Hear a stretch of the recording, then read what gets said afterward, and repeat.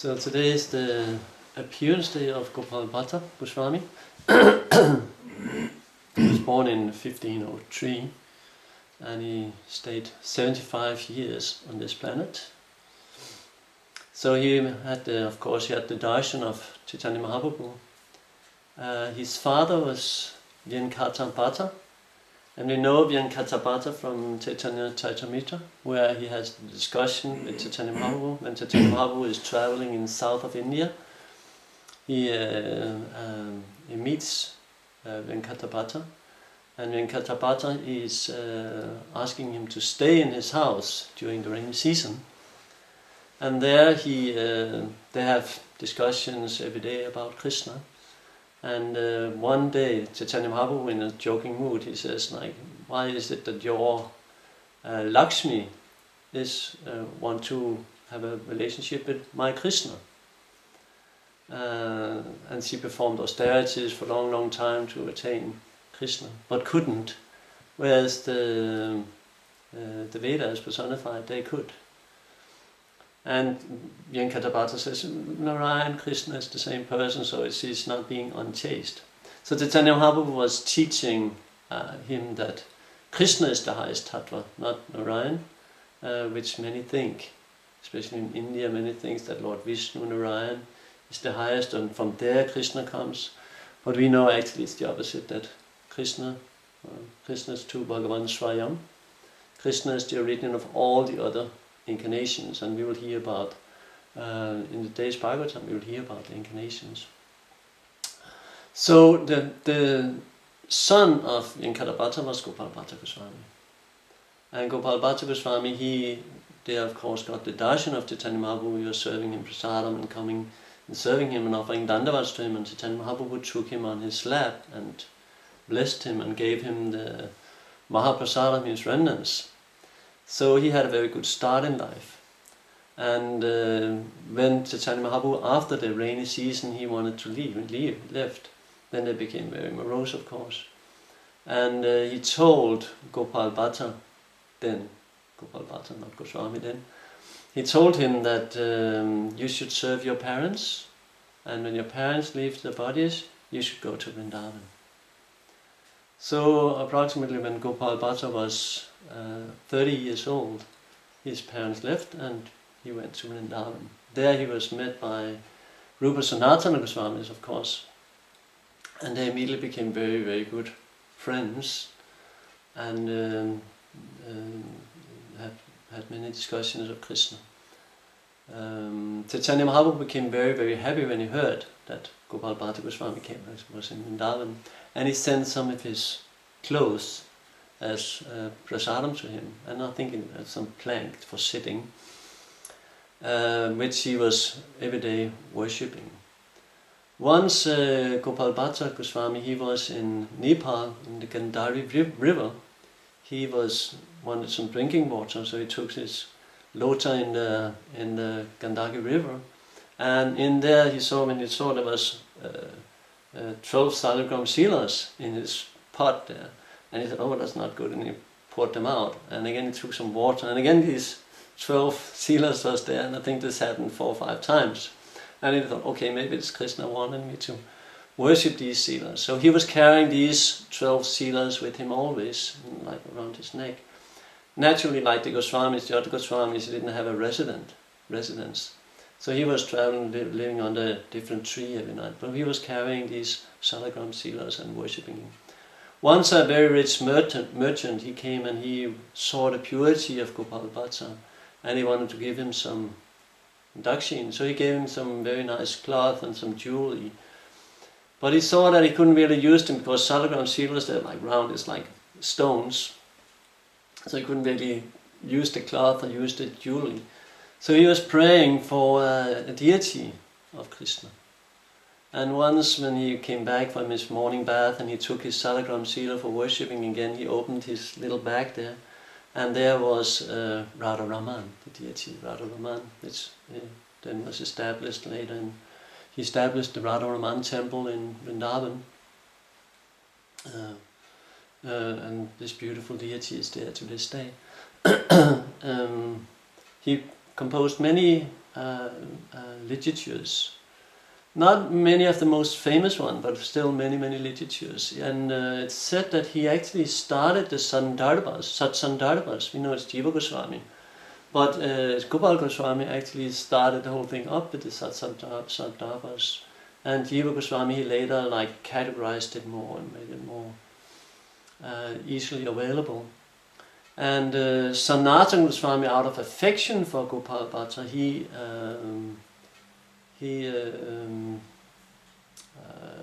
dedicated or made Gopal Bhatta stand as an author for which book? Hari Bhakti Vilas. And Gopal Bhatta, he edited that book. So one of the 6 Goswamis, there's Rupa Raghunath, Bhatta Raghunath, Jiva. These 6 Goswamis are like our fathers in spiritual knowledge. Chaitanya Mahaprabhu empowered them very much to give this knowledge, categorize this knowledge, and Gopal Bhatta is one of them. He once, there was a rain or storm, and he was living with a Brahmana, and he gave this Brahmana a benediction that he would get a son, because he had no sons. And this Brahmana said, this son will be your disciple. When he grows up, I'll send him to you and he will be a disciple. So after approximately 10 years, this boy was outside Gopal Bhatta's kutir, or he met him in Vrindavan. And he was serving him, he stayed a brahmachari, and I think later became a sannyas, Gopal, what was his name? Anyway, so he became dedicated his whole life to worshipping the deities like that. So, Gopal Bhatta Goswami ki jai. Om Namo Bhagavate Vasudevaya. Om Namo Bhagavate Vasudevaya. Om Namo Bhagavate Vasudevaya. Om Namo Bhagavate Vasudevaya. Om Namo Bhagavate Vasudevaya. Om Namo Bhagavate Vasudevaya.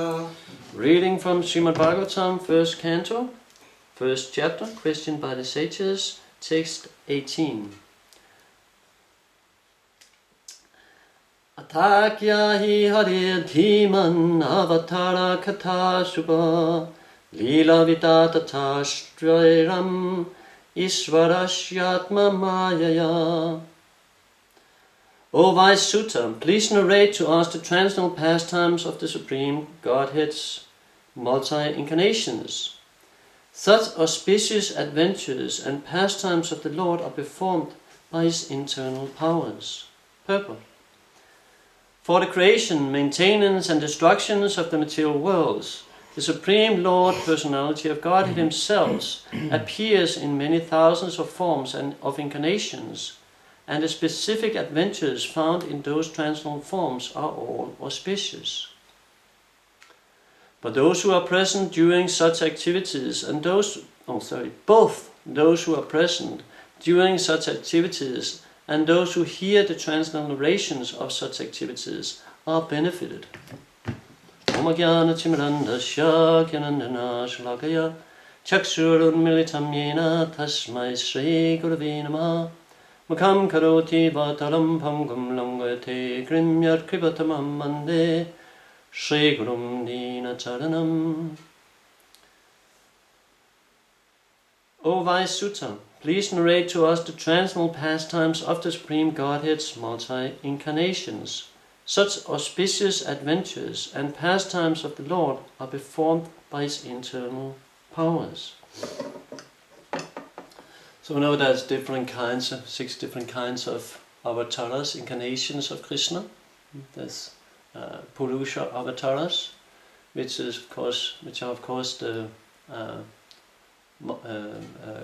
Karanodakasati Vishnu, Shirodakasati Vishnu, and Mahavishnu. And we have the Guna avatars, Brahma, Shiva, and Vishnu.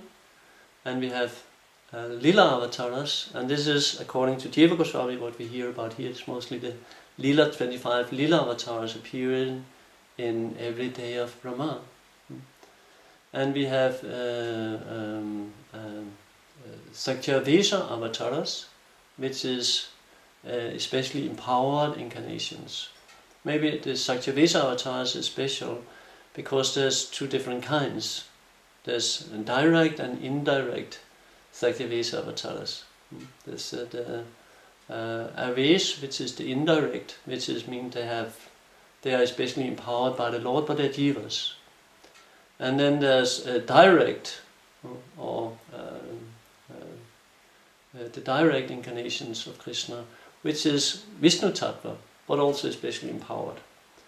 So for the indirect, the Vibhutis, the Vibhuti incarnations, empowered incarnations of the jivas, we have examples like Narada Muni, Parashuram. So they are jivas, but they are especially empowered by the Lord with his shaktis. So we know Narada Muni is empowered with the Bhakti Shastras, with the knowledge of the Shastras, and Parashuram, for example, was empowered like a warrior.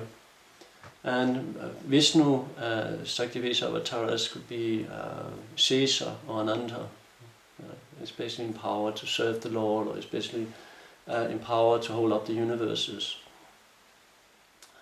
So we have these Manvantara avatars, these different avatars, but mostly what we hear about here, according to Jiva Goswami, is the 25 Lila avatars. So some of them are Kurma, Nishingadev, Prithu, who is a Sakyavesa. Sometimes they are Sakyavesa, they are also Lila avatars. They can still be, even though they are jivas, they can still be Lila avatars and Sakyavesa avatars at the same time. So all these, of course, Krishna and Balaram, they are Lila avatars. And we have them mentioned. This is really because this is the fifth question by the sages. We had the fourth one yesterday. And today is the fifth question by the sages, where they ask, please tell us about Krishna. Let us hear more about Krishna, especially when coming as Lila avatars.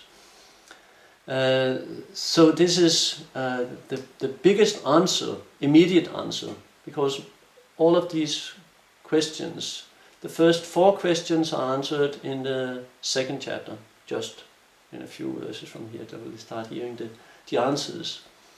And then this one and the last one, they are answered in the third chapter. And practically the whole chapter is dedicated to answering this question. And we know the third chapter, what happens there? All the Lila avatars are mentioned. So that's just one of them. So the whole chapter is actually dedicated to this question. So it's really hearing about the different incarnations of Krishna. And this is the goal of life. This is what everything is leading to. Janma karma chamidivyam evam yovidi tattvatah. Chaktvadiham punadyanma naitimamiti swartina. That Krishna says, one who knows me, Janma karma, my birth and activities, Janma karma chamidivyam, that is transcendental. Evam yovidi tattvataha, that's very important, tattvataha. You need to be in truth, we need to understand it factually and fully to our degree. We can understand. And how to do that? Only by hearing about them. So Krishna, he comes again and again and again to live out these pastimes, so that we actually have something we can meditate upon. Otherwise, naturally the mind goes there where it's like whatever you give it, the mind goes in that direction. So if you're constantly absorbed in matter, and we are in the material world, and you're constantly bombarded with matter all the time.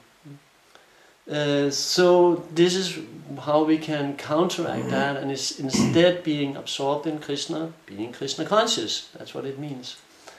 So Krishna comes again and again to give these leelas, so that we actually have something important and exciting to meditate upon, to absorb ourselves in throughout the days. Krishna says, Paritranaya sadhunam vinasaya chadushkitam. Krishna comes to Paritranaya sadhunam, to give pleasure to his devotees. And he comes also to eradicate and kill the demons and re-establish dharma. These are the main reasons. But we know Krishna comes mainly to give pleasure to his devotee. Yeah? Ultimately, everyone is a devotee. There's a verse in the, is it 3rd chapter here? No, anyway. Bhavat yat yesa satvina, lokon vai lok bhavana, lilavatara nudatu, deva tirya naradisu. That Krishna, he comes and he, Bhavat yat yesa satvina, loka vai loka bhavana. Loka bhavana, the maintainer of Lord of all the universes. Loka, he comes to these different planets, these different universes and planets again and again. Lokavatara Nudatu, Devatirya Naradisu.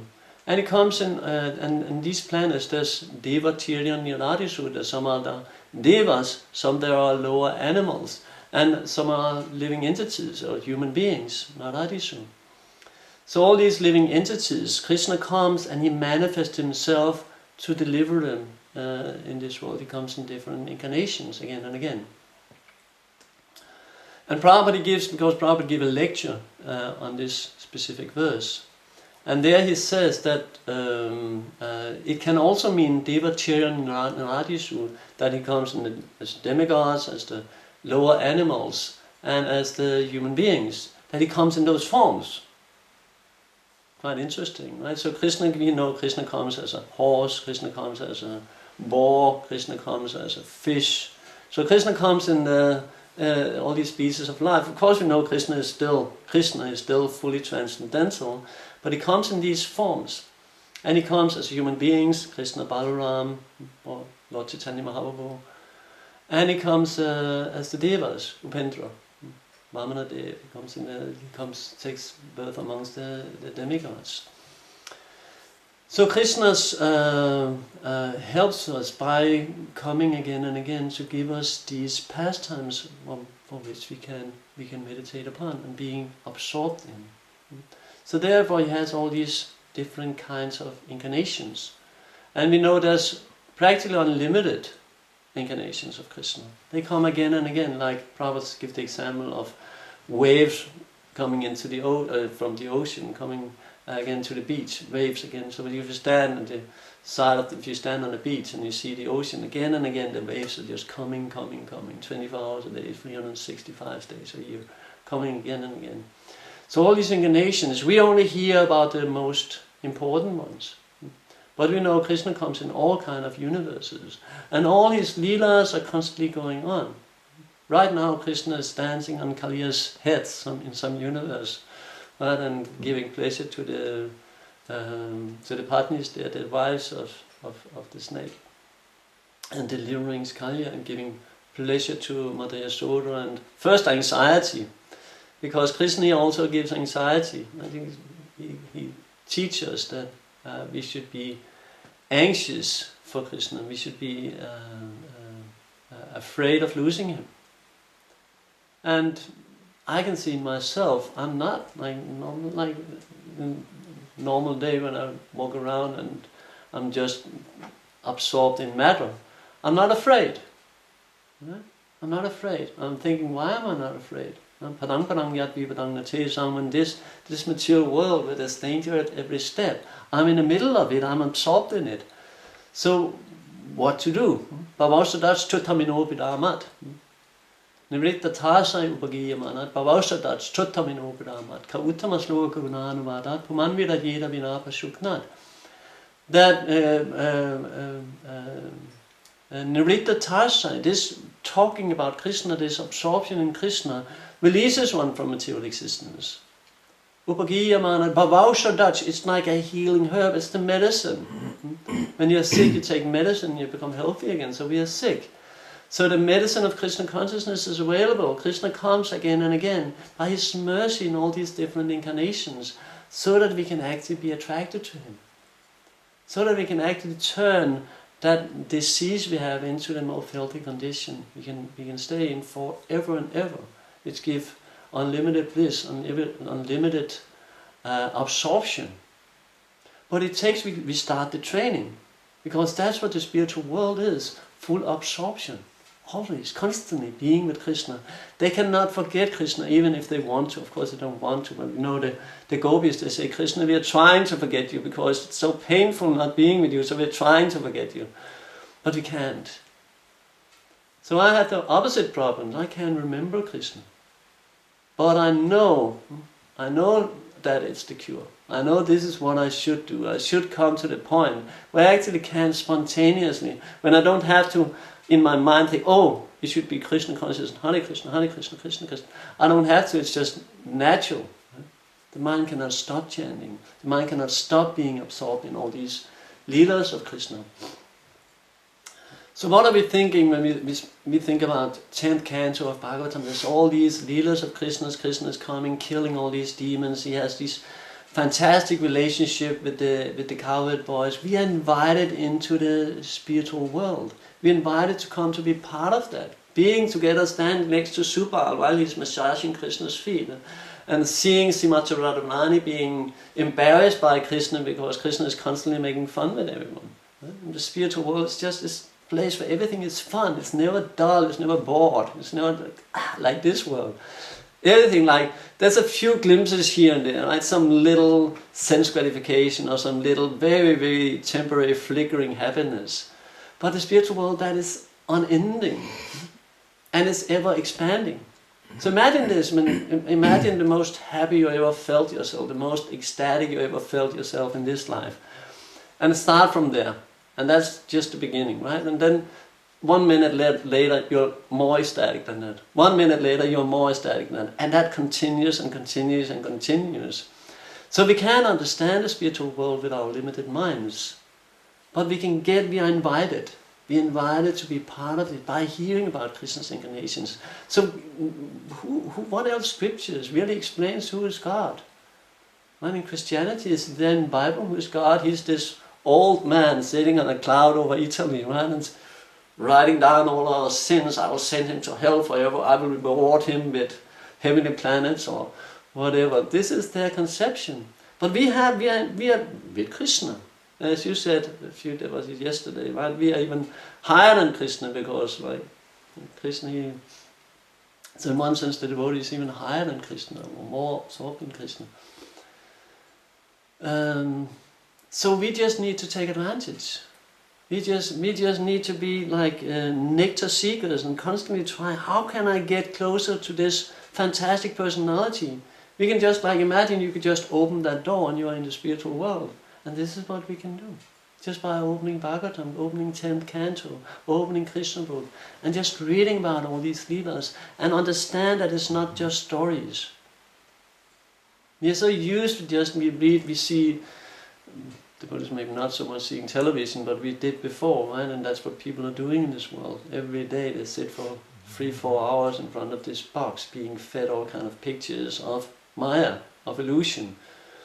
So we are so used with everything that we see, we read is just illusion, it's just entertainment. And Krishna consciousness or Krishna Shastra is entertaining, but it's also reality. We mentioned a few days back, I think. This is the Bhagavatam is the reality. The Maya world is Maya. This is the illusion. Right? This is the illusion. This is the illusory world. This is the real world. So if you want to break the illusion, Bhavasa Dutch, we have this medicine, Bhavasa Dutch, Chuttaminobre Ramat, that is very pleasing to the mind and to the ears, to our whole existence. So Ka Uttama Sloka Gunanuvada Pumanvida Yeda Vinapasukman. Who will not hear such descriptions? Except a butcher, right? One who's living so extremely sinful, or one who is wanting to kill his own self. So we know we cannot kill the self, but we can kill it by not being Krishna conscious, because then it's so dormant that we have no access. So that's almost like killing it. So the cure is available, we have it on our bookshelf. We just need to get into the habit of finding the nectar, finding the attraction, giving up Maya. Again, give up, let go. But we are holding. We are the one holding Maya. We are the one attracting her by our activities, by our thoughts, by our wishes, by our desires.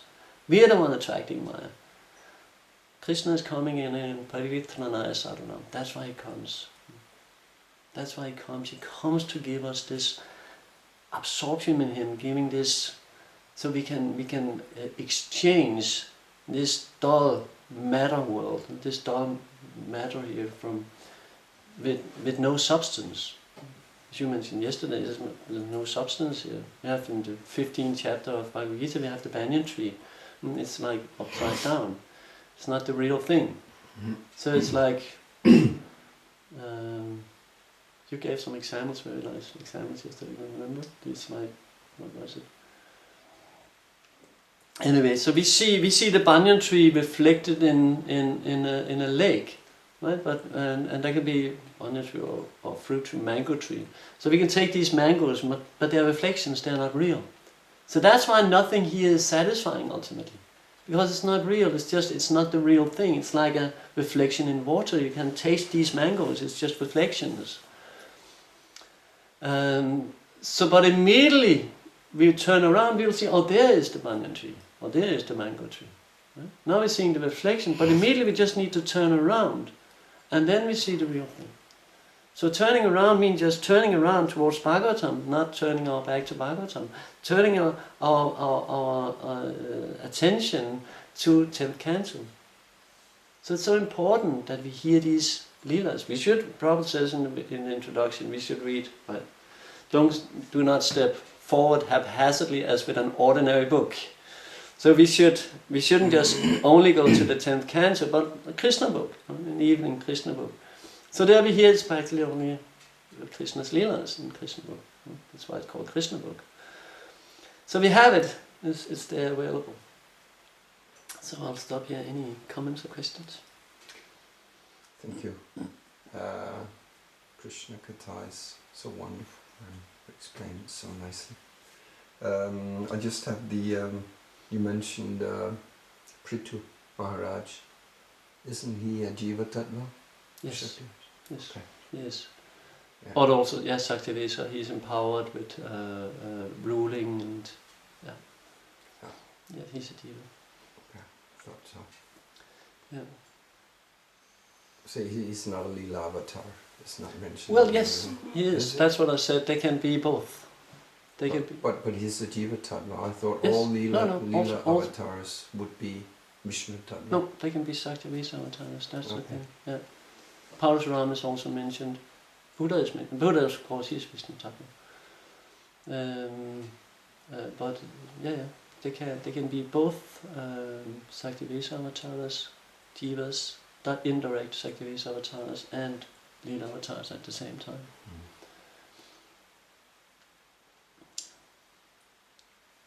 Yes. I was thinking about this. Sorry, my voice. This evening where Chaitanya Mahaprabhu, he reveals that how long he's been cultivating a relationship to all his intimate devotees, and please remind me of the name, but there is one devotee who was chased by Muslims with his wife, and they came to this the flood there, or the river, and they couldn't pass, and then suddenly a boatman appeared out of nowhere, and he said, "I was that boatman. Yeah. It was me," So he came just like a simple boatman, and he didn't, reveal his identity then, but then later he did. I just appeared like a boatman to bring her safely across.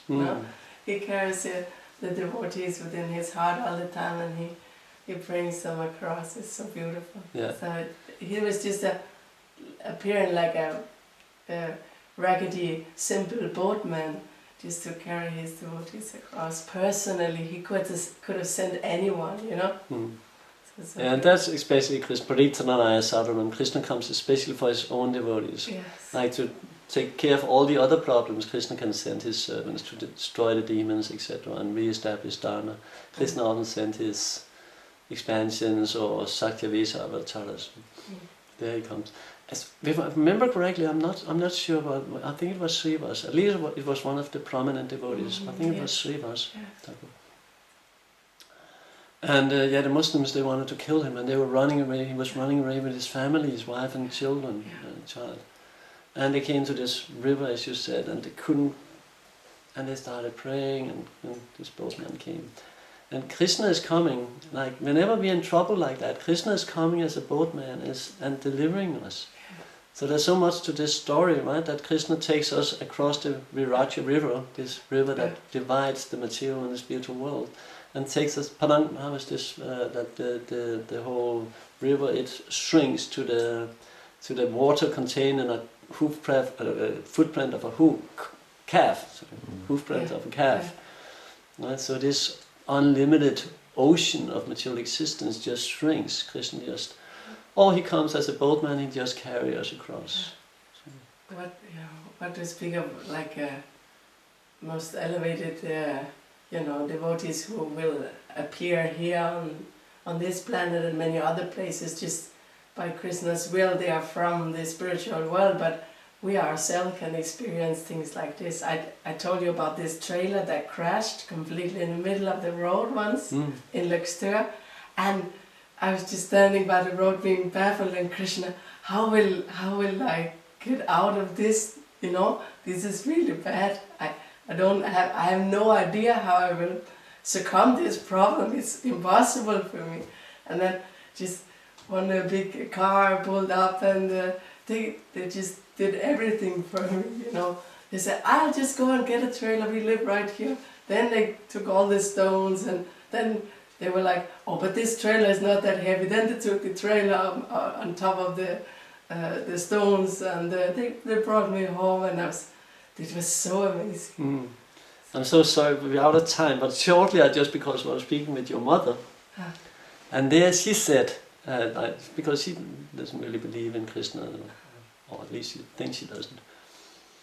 And she said, but like it's amazing. I can see the miracle here that you buying this farm and like all your things just manifesting more or less automatically, right? And she gets some Lakshmi she didn't expect, right, from the bank saying, "Hey, you want some money?" They called her spontaneously the day after we saw the farm and the bank was refusing. They called her, "Hey, your loan went through, and we were wondering, don't you want $500,000 cash?" She said, what would I use this for? Oh yes. Got an idea, yeah. And then later the bank asked, you can ask more money or something, and then she bought this house. And because we had no place to cook because of the whole thing, the renovation over there, and I was standing out there in the cold and cooking, and she said, now you have this place, you can cook here. So she said, there must be some kind of arrangement. She was like bewildered, like amazing it's how things are just... Yes. And I told her, which is true, this is happening again and again for devotees. Yeah. And it is, right? Again and again you have these, Krishna he arranges. I tried so many times and I really prayed. Not necessarily in danger, but just something like I really wanted, could give many examples. And then Krishna just arranges. Yes. Krishna just arranges and it's just there. And then all of a sudden, but after some time, back to normal, we sort of forget. But Krishna is giving all these miracles again and again to help our faith, to make our faith strong. So we should learn, and maybe one should make a little diary of all these things and write them down. So whenever one is a little low in Krishna consciousness, one can go, oh yeah, Krishna arranged that, and Krishna arranged that, and Krishna arranged that. That would actually be a good idea. Just the last thing, something that is very believable, also is very obvious, is all of those devotees who have been attacked by ghosts, that they are numb and lame and they cannot do anything, but they whisper Krishna's name or Nishinga's name, and all the calamities, they go away in a whoosh, This is so powerful. Yes. Otherwise, how would they succumb this? I've tried it myself, and we have heard. It's so amazing. Krishna is extremely merciful. Yes. Grandharaj Srimad Bhagavatam ki jai, Srila Prabhupada ki jai.